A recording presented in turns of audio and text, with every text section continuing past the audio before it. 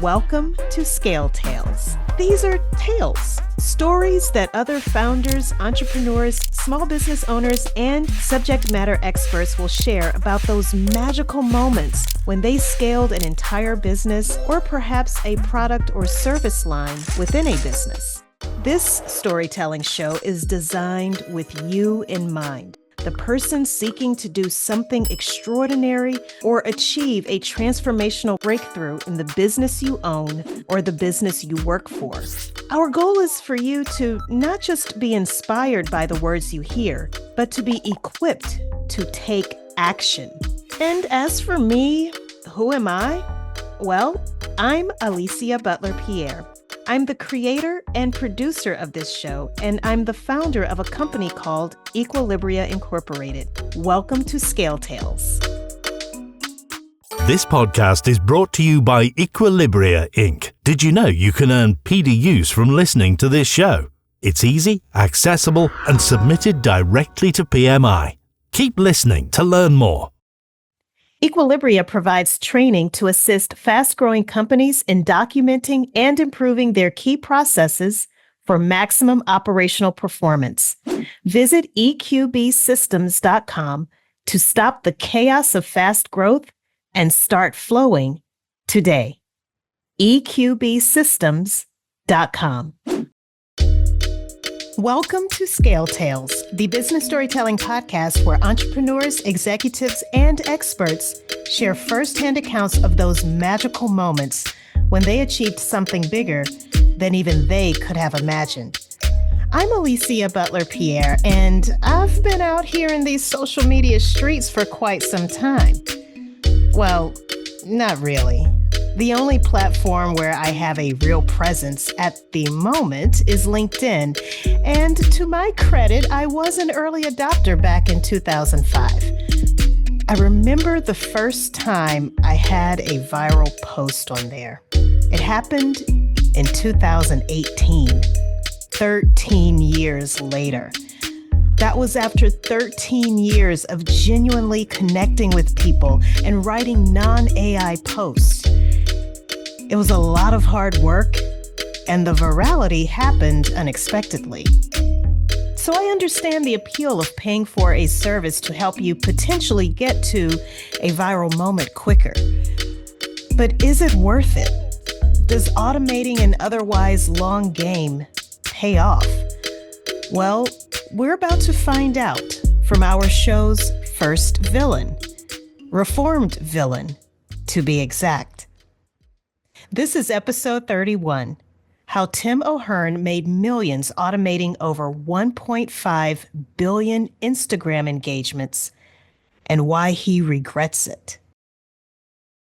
I'm Tim O'Hearn, software developer and author of Framed, A Villain's Perspective on Social Media. I'm located in New York City, and this is my scale tale.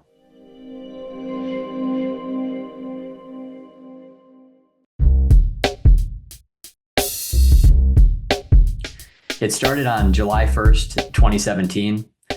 As Instagram became more popular as a social media platform, so too did the desire for people to grow their clout, their following, and really their overall exposure on platforms like Instagram. In July of 2017, I was approached by a team of nightlife specialists in the New York City area who had created a business getting people more Instagram followers. Today, that might be a story that we're tired of hearing or something that's been well trodden, but I believe that my experience with this business, my journey with getting people more social media followers using software is a really unique story of scale and of conflict between people like me, between customers, and also between the platforms that we were operating on. This social media business really began with understanding the problem, or what we were selling to customers. And what was being sold was popularity, digital popularity, and what it might bring. Customers would Google search, how do I become more popular? How do I grow my follower? Perhaps how do I do more conversions or something like that? But they would end up on sites like ours. When I say ours, what am I talking about? The company that I was involved with We have chosen not to name for legal reasons, but in my book, I nicknamed it Shark Social. So Shark Social was a company that offered organic Instagram growth. Customers would sign up, and from there, they would be able to choose a plan. And with that plan, that sign up, they would be, kind of shuttled towards this automation solution that increased their exposure on websites like Instagram. How did this all work, and where did scale come into play? I think we see scale in software startups in unique ways, in that you are taking some aspects of human capital, you're kind of taking it to the next level by using software, doing things that would either be extremely tedious for a human being to do, or that just simply would not have the same exposure if not for a software platform. What I was able to do with Shark Social was create a program that would log into Instagram accounts of our customers and get them more followers. So it did that by logging in and taking normal actions. So if you think about a normal behavior or set of procedures on Instagram today, it was not unlike that. So if you can think about scrolling, swiping, liking, tapping, commenting, sending DMs, the software that I created did most of that. And it did it in a way that it was very difficult to determine that it was not the person, the human being doing it. So when you receive a like or a comment or a DM on Instagram, maybe today in 2025, there's some indication that, this might be spam, this might be a bot.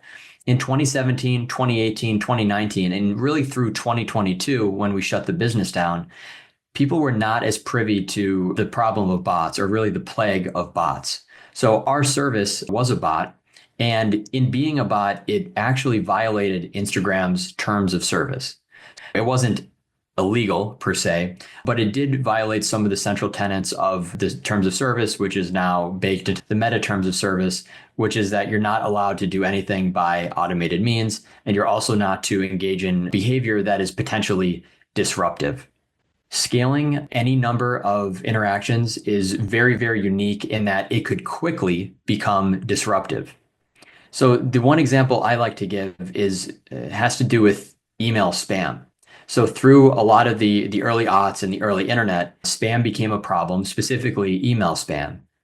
We got to a point where spam blockers became a very, very prominent product, something that was very, very well documented, and every household had a spam blocker. People talked about it a lot because email spam was a major problem.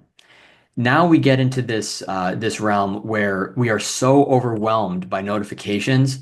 Nobody really has a concept of what it means to block spam anymore. I could look at my email inbox today, and even with filtering, I've received hundreds of messages. And of course, this was more than when I was a kid in 2005. But the issue is that even though we've kind of dressed up the spam or dressed up the marketing, it's really just marketing, just the same. So spam wasn't just disruptive for the sake of being disruptive. It was disruption that was selling a product. And what we were doing on Instagram was much of the same. Most of our customers didn't have products, but they were selling themselves. They were hoping to build their own persona as an influencer, as someone who is either worth paying for, maybe worth hiring, maybe worth inviting to a party. In some cases, they were very, very small scale. These are very, very small scale accounts. And what they were doing was the same as many marketers were doing, is that they were just selling themselves. They were hoping to build their brands on the platform. And rather than sitting there and tapping on their phone all day, they came to companies like Shark Social and said, let me offload this burden and this toil to a company that has essentially facilitated spam on the platform.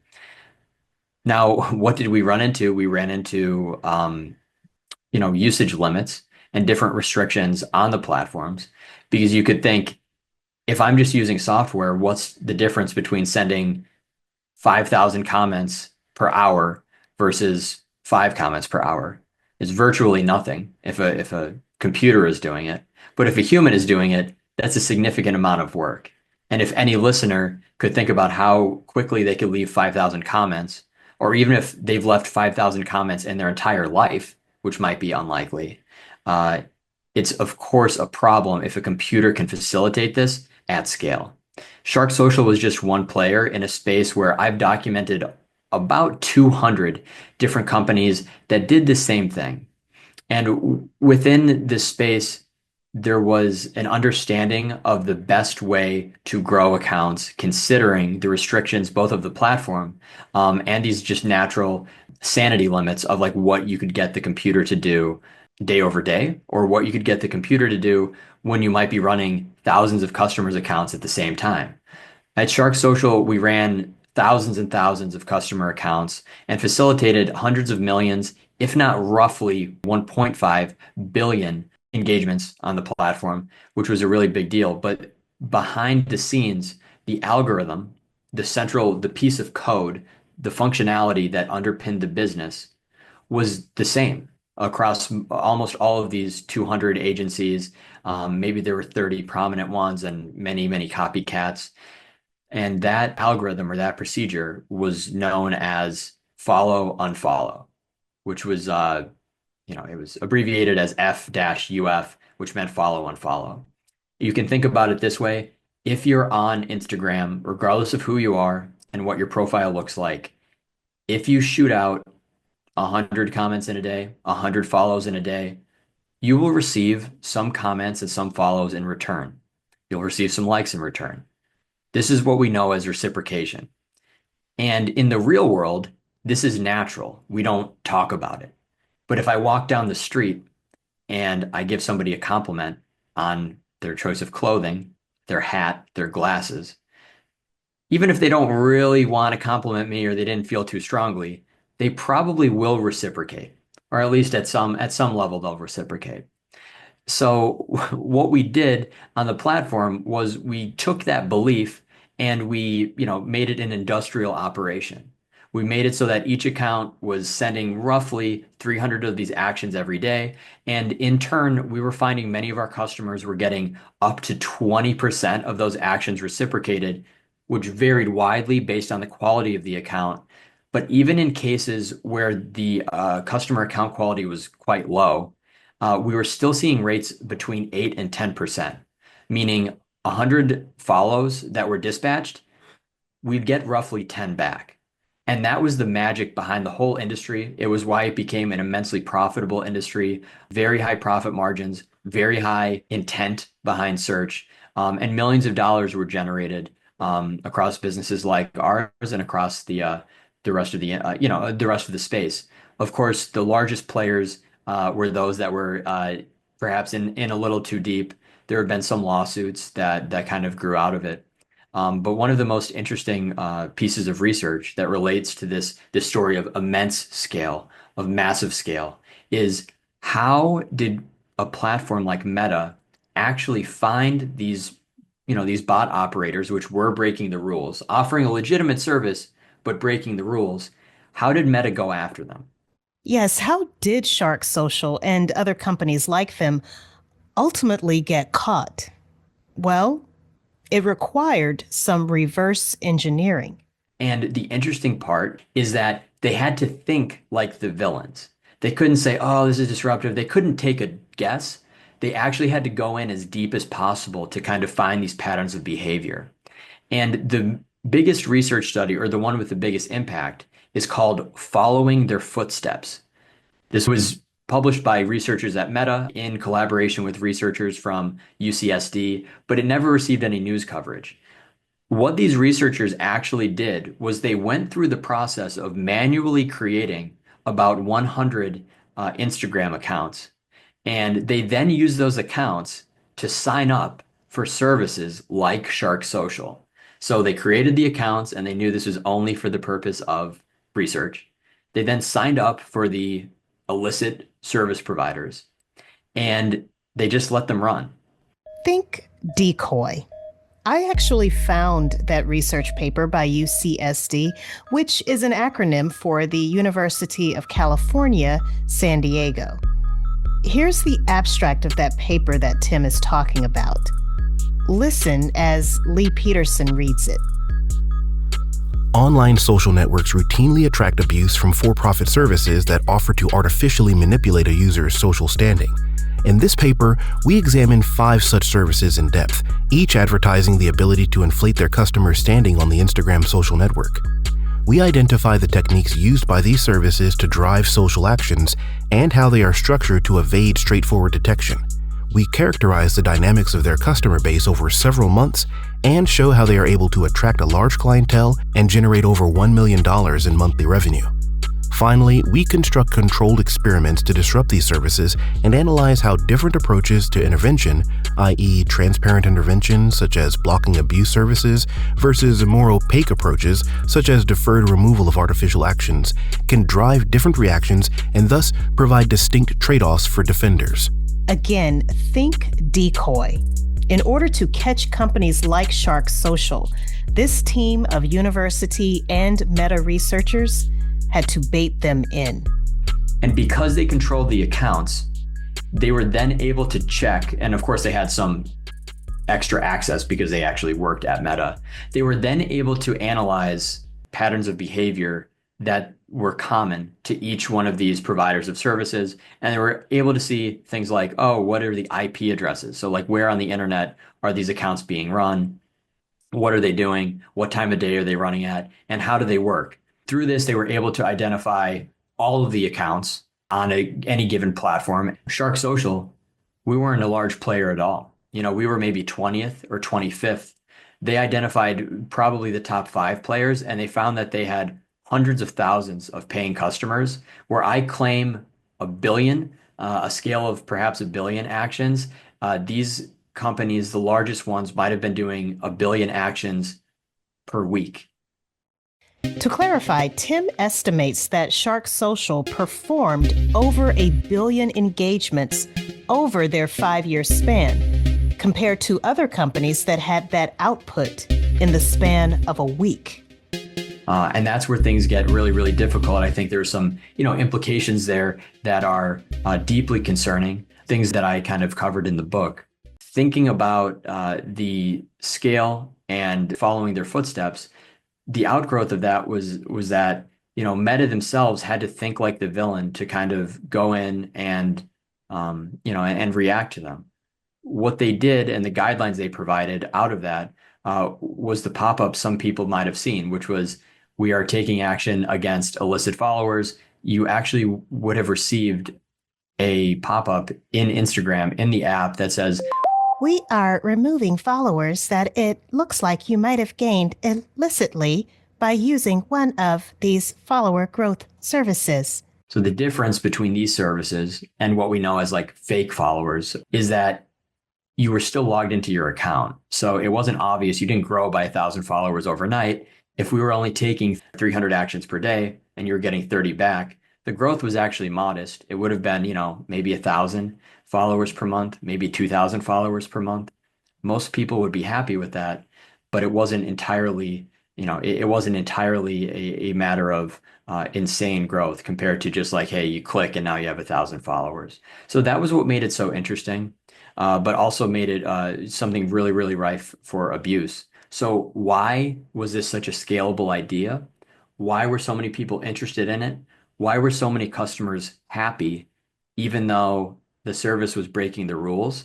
It was because reliably actions were reciprocated at a rate of 10%.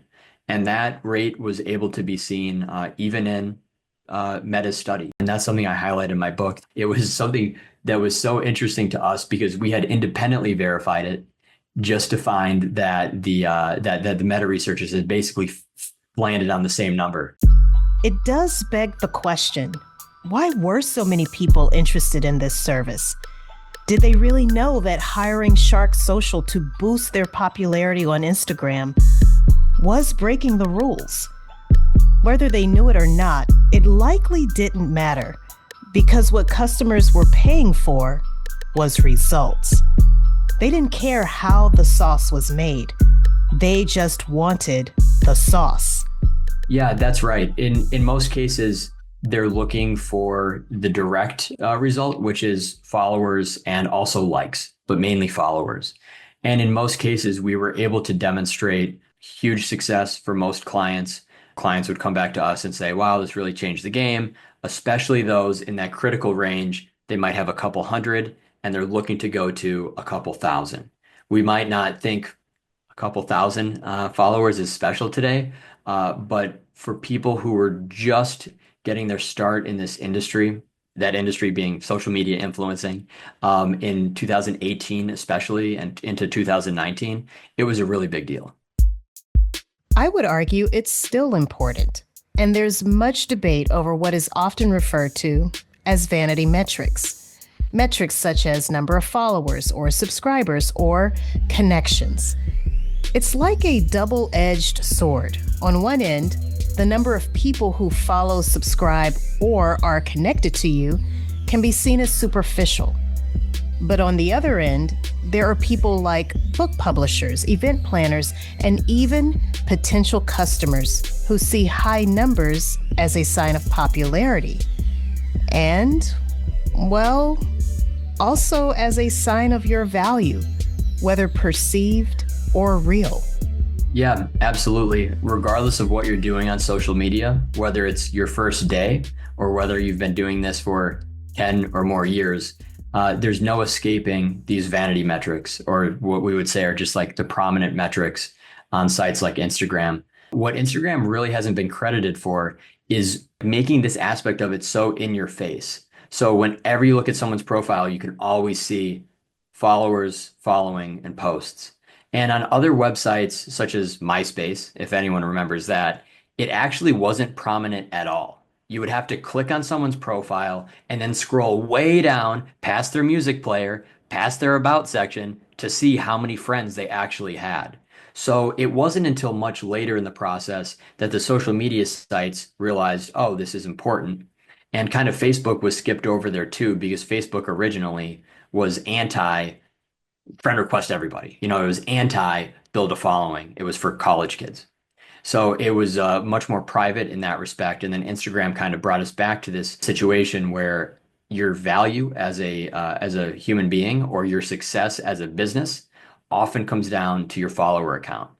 And I can think of so many scenarios from my own life where the first reaction in a social circle or like on an individual basis is entirely based on the social proof. So not the merit of what I'm seeing, whether that's a picture, a video on YouTube, a product that I find on a website.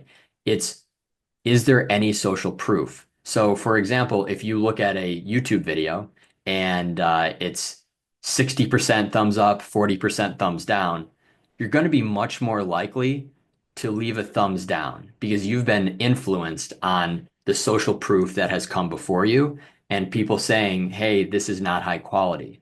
Likewise, if you find an influencer on Instagram and they have 1 million followers, there's really no, as cynical as you could be, there's really no getting away from that. That is a prominent person in their field, or that is a prominent brand. So while myself, I discount it severely because I've seen all the sneaky ways that companies are still cheating the follower metrics, there's no getting away from it being a decent summary.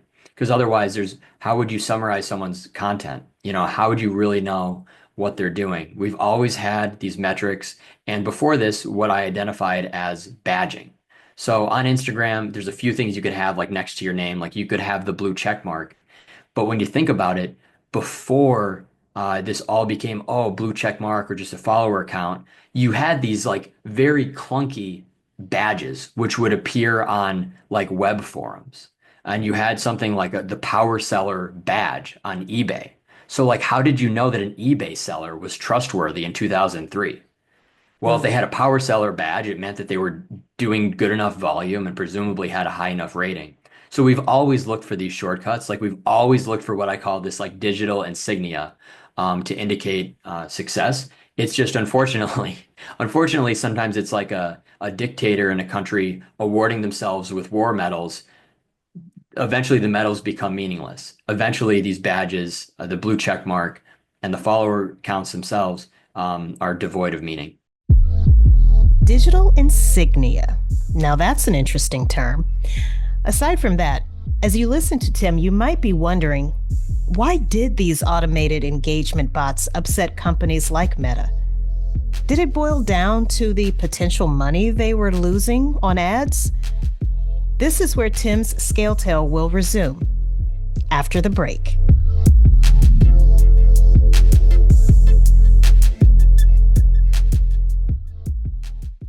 Are you a certified project management professional? Imagine earning PDUs while you're on the go. The Scale Tales podcast makes it easy to stay on track with your certification. Listen while you walk, drive, exercise, or even fly. No need to watch anything. Just sign up, listen, and take a quick quiz. In 3 easy steps, we'll submit your credits directly to PMI. It's that simple. No gimmicks, no games, just valuable, accessible content that will boost your performance as a project manager. Visit scaleTalesPodcast.com today and start earning your credits wherever you are.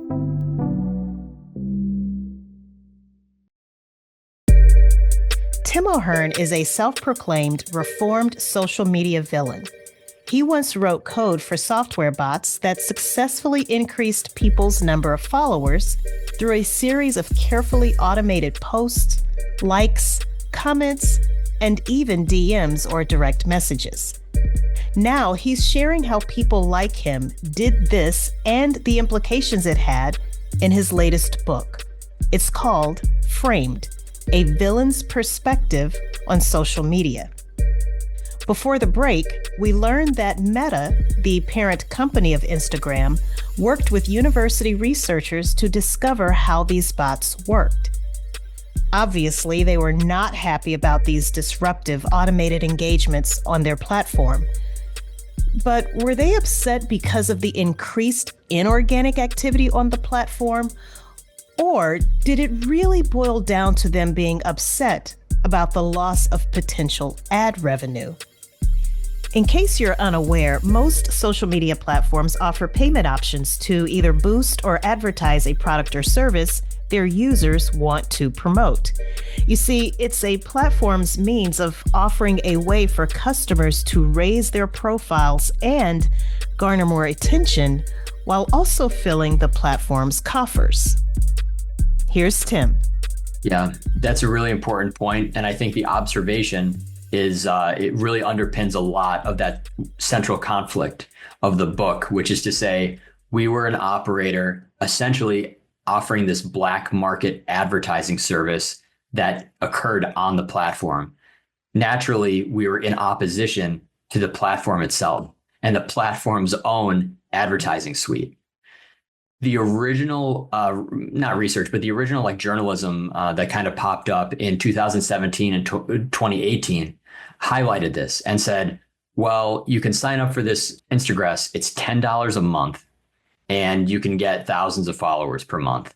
If you run platform native ads on Instagram, to get 1,000 followers, you might have to pay hundreds, if not thousands of dollars for ads. Because as you and I both know, ads simply do not guarantee followers. I've run ads on almost every platform. There is no platform that will allow you to pay per follower. You know, you can pay per click, you can pay per impression, but you can't pay directly for sale and you can't pay for follower. And that's why I think there's a natural conflict there. It's an area very rife for automation and practices that ultimately became very, very disruptive. Like you can look at your feed now on Instagram or anywhere else. And I mean, LinkedIn is a crazy one because they've really jumped the shark there. But you don't feel that your feed is overly disruptive. It's not disruptive because even though as you're getting, sprayed with ads, it's still managed in a sane way. The problem was that back in the day, before the bot controls were really there, too many people using bots, it would completely overwhelm your feed and it would create a very disruptive user experience. So it wasn't just that they were competing with the advertising dollars and the advertising for clicks and impressions. It was that actually services like mine did make the platform a worse place to be. And if a platform becomes a worse place to be, then that means a negative customer experience, which could ultimately lead to people leaving. And when people leave, they will likely go to a competitor. So to avoid having to shut down their services, Meta instead created a regulatory environment to shut down or disarm companies like Shark Social. Yeah, we went through some ebbs and flows there. At Shark Okay. Social, it was I don't want to say feast or famine, but if you look at the Stripe payment diagram, you can see periods where it was we're never going to have to work another day in our lives. We can hire more. We can maybe even decrease our prices to get more customers. And you can see periods where, yeah, things were lighter. There were less customers. There was a higher rate of churn as well. And a lot of this was correlated with actions that were taken by Instagram. Coming out of following their footsteps. The next year, 2019, was really the death knell for follow unfollow. So kind of this classic Mm. algorithm where we log into your account, you're going to take 300 actions a day, you're going to get 30 followers back or thereabouts, and you're going to be happy. Um, Nobody was happy with that anymore because it did not work.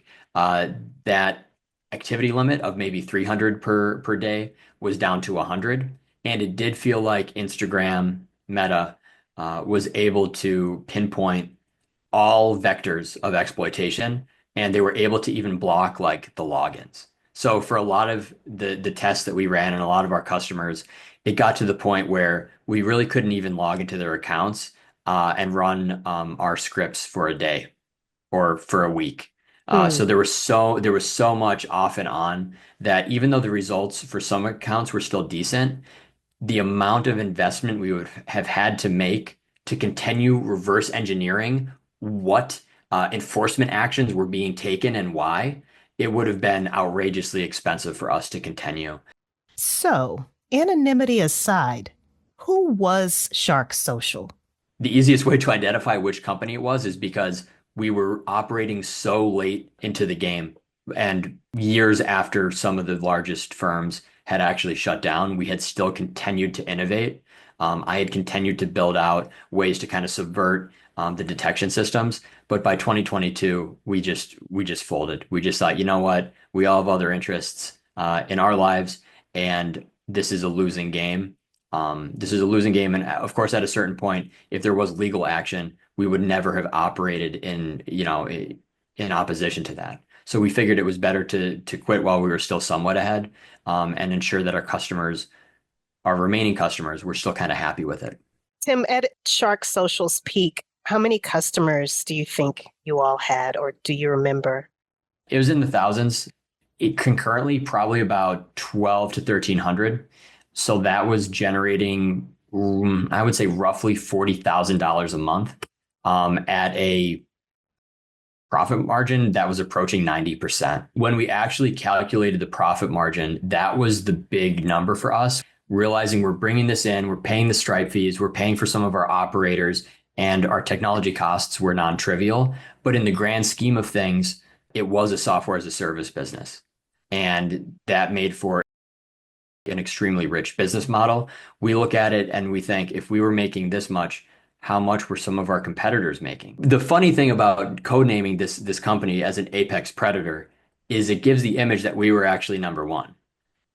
We were number one in that we're the only one who wrote about it. So I'm the only one who came out and said, I've taken the precautions, enough time has passed. I captured so much so much of the technical aspect in my own drafts and diaries. And that kind of became a book. All of the other players have simply vanished. And trying to interview them for the book, I mean, I knew about 8 people, and most of them actually earned more money, which is crazy. None of them wanted anything to have to do with the book, and these people were spread all across the world. Some of these people, they liked the book and they happily accepted copies of it, but when asked for quotes, asked for editorial reviews, asked for, to provide some expert advice, nobody had any interest because everyone realizes that there's a pretty big risk here. And I think the biggest risk is underscored by a lawsuit that was filed by Meta against, I think, Social Envy Limited or Social Series Limited, a company based in New Zealand. They essentially were getting legal notices, like cease and desist letters, and it's a case study in what happens when you don't abide by a cease and desist letter. So they would get the letter, Mm. they would shut down, they would reskin and open up under a new company. And then Meta would uncover that a couple of weeks later. So after it happened a few times, they were sued. But during the discovery process, it was unearthed how much money this company had earned. They had about three main employees, which was similar to Shark Social. We had three partners. Somebody did sales, somebody did operations, I did technology. Social Series Limited had earned almost $10 million getting people more likes and followers. The case was settled, and essentially the founders basically just got lifetime bans from all Meta products, which in the grand scheme of things, I think is a pretty fair outcome. But the thing is, if I didn't write this book, I don't think anybody would remember how crazy things were, especially in that 2018, 2019 thing. And to answer your question, what ultimately led us to close in 2022 was partially this legal threat. Although this case was settled, when I tried researching it on my own and even using AI, I could not find information about it. Instead, what I did find was an overwhelming amount of lawsuits filed against Meta from individuals, states across the US, even different countries for things like privacy violations, discriminatory ad targeting, and addictive algorithms. And in case you're wondering, when Tim mentions 1.5 billion engagements that Shark Social created over 5 years, here's what he means. In that 5 years, combined, their bots liked, followed, unfollowed, commented, and sometimes sent direct messages to various accounts. Those are considered engagements. And yeah, he estimates they did 1.5 billion of them. Now, here's another interesting fact. In preparing for this interview, I noticed that Tim doesn't have an Instagram profile. There is a reason behind not being on Instagram, and a lot of that reason is related to how many accounts under my control have been banned or restricted over the years. So while most of our customer accounts were scot-free and they were fine and unaffected by anything we did, we were operating in violation of the terms of service. So to kind of poke out, to kind of prod for and figure out what the limits were and how enforcement worked, I had what were called burner accounts. So this is just like the 100 accounts that Meta created themselves when they were doing their research. I had to create my own accounts or buy them to do my research. And because of this, as time went on, I would say that, maybe I was in the crosshairs a little bit more. And it led to this situation where I was worried about getting a lifetime ban from the platform, even though I don't really use it. So what that means for me personally now, it would be convenient to return to Instagram and say, hey, I am a villain from the Instagram past, and I would like to now promote my book. For me, it's not totally congruent with what the book actually contains. It would be so ironic to go there and then to lose the account for reasons out of my control, because a lot of the book deals with the immense control of these platforms and how they, exerted over society, over their user bases. So just the greatest irony would be to actually put in time to manually do things myself on Instagram, just to find that I get banned for either breaking the rules in the past or promoting a book that has something to do with breaking the rules, but does not condone breaking the rules. It's good to hear that Tim does not condone breaking the rules, but I wondered if he considers himself not a villain, but as a superhero. That would definitely make sense considering our representation of guests on this show as superheroes. As far as where I stand in the spectrum of villainy, I'm definitely reformed at this point, or there's definitely been some penance here. Ultimately, when I looked at it, I thought, in the grand scheme of things, I was not the largest player. I was not actually the shark. And that was something I didn't realize until pretty far into the game. Because the point is, when you're getting new customers every day, you don't always have time to, look around and say, oh, well, if I'm getting 20 customers today, is he getting 200?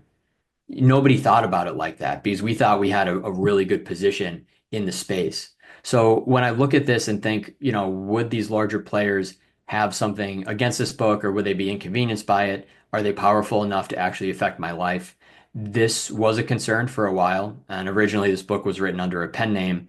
What ended up getting published was under my real name because so much time had elapsed, and it's been so long since any of this activity was largely viable, that the one or two players that still exist in the space, they could try, but the point is that they're they're on very, very shaky ground. So to say, oh, I'm either going to do something underhanded to get back at this person, or I'm going to take legal action against this person, I don't think either really matters. I think if I came out in 2018 when I first made contact with journalists and said, hey, I'm involved in this space, I can take you really deep, I think that I could have accelerated the timeline of Instagram's enforcement actions probably by almost a full year.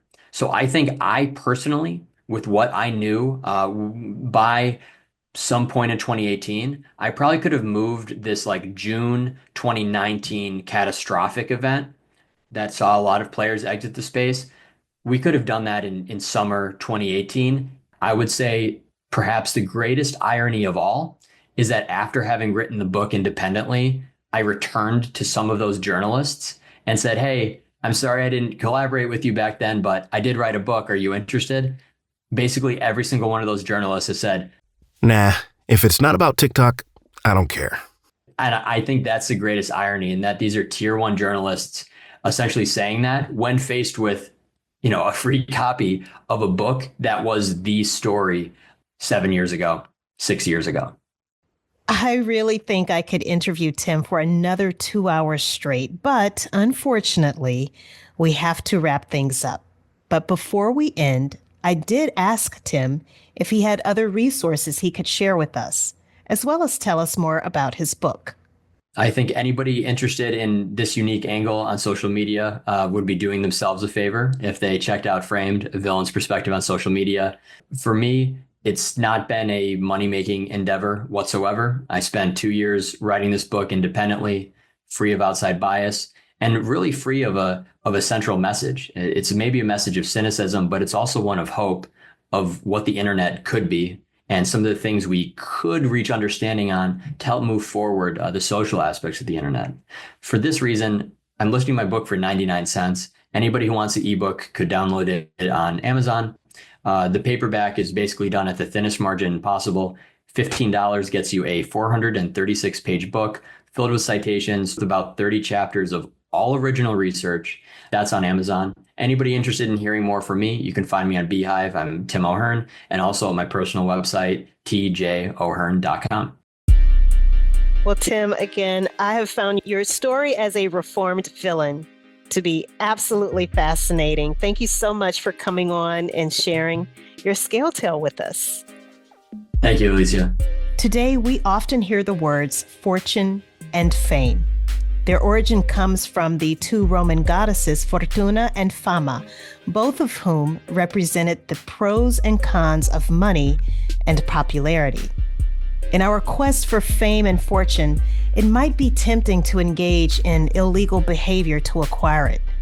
But ill-gotten gains don't come without consequences. This is a big lesson to learn because as a founder, leader, or project manager, you will often be faced with decisions that can compromise your morals and ethics, especially in high-stakes situations. Here's some other lessons to consider from Tim's story. Number 1, know the rules of the game, whether it be social media, the boundaries of a project, or business in general, and play accordingly. Number 2, conduct business or manage your project with integrity. That should go without saying, right? Number 3, create and offer products and services that are legal. If they do venture into a gray area, make sure you include disclaimers so that customers know what they're getting into. Number 4, avoid get-rich-quick schemes. 5, use automation software as an assistant, not to completely replace human activity. 6. Remember, the product you create with certain intentions can morph into something else. Will you force that original intention, or will you evolve to meet customer demand? Facebook was originally intended only for university students. Keep that in mind. Number 7, if you create a product or service, expect that people will always find loopholes and ways to bypass certain functionality. This is why audits can be your best friend. It allows for checks and balances, and also repercussions if people do make those loopholes and bypasses. And finally, number 8, the results of a shortcut is no substitute for the result of a long game. I can promise you that. A special thank you again to Tim O'Hearn. There's a link to Tim's book, as well as other books similar to this topic, in this episode's show notes. We even have a link to that research paper that led to the downfall of those IG engagement bots. Visit ScaleTalesPodcast.com to quickly access this information. ScaleTalesPodcast.com. If you're a PMP interested in earning a PDU for listening to this episode, then once you're on the website, click the button that says Get CEUs/PDUs credits. Sign up for a monthly membership, and we'll make sure we submit your earned credit to PMI. Thank you for listening. If you learned something valuable from this episode, please leave us a 5-star rating and review wherever you're listening. Make sure you subscribe to the show so that you don't miss it.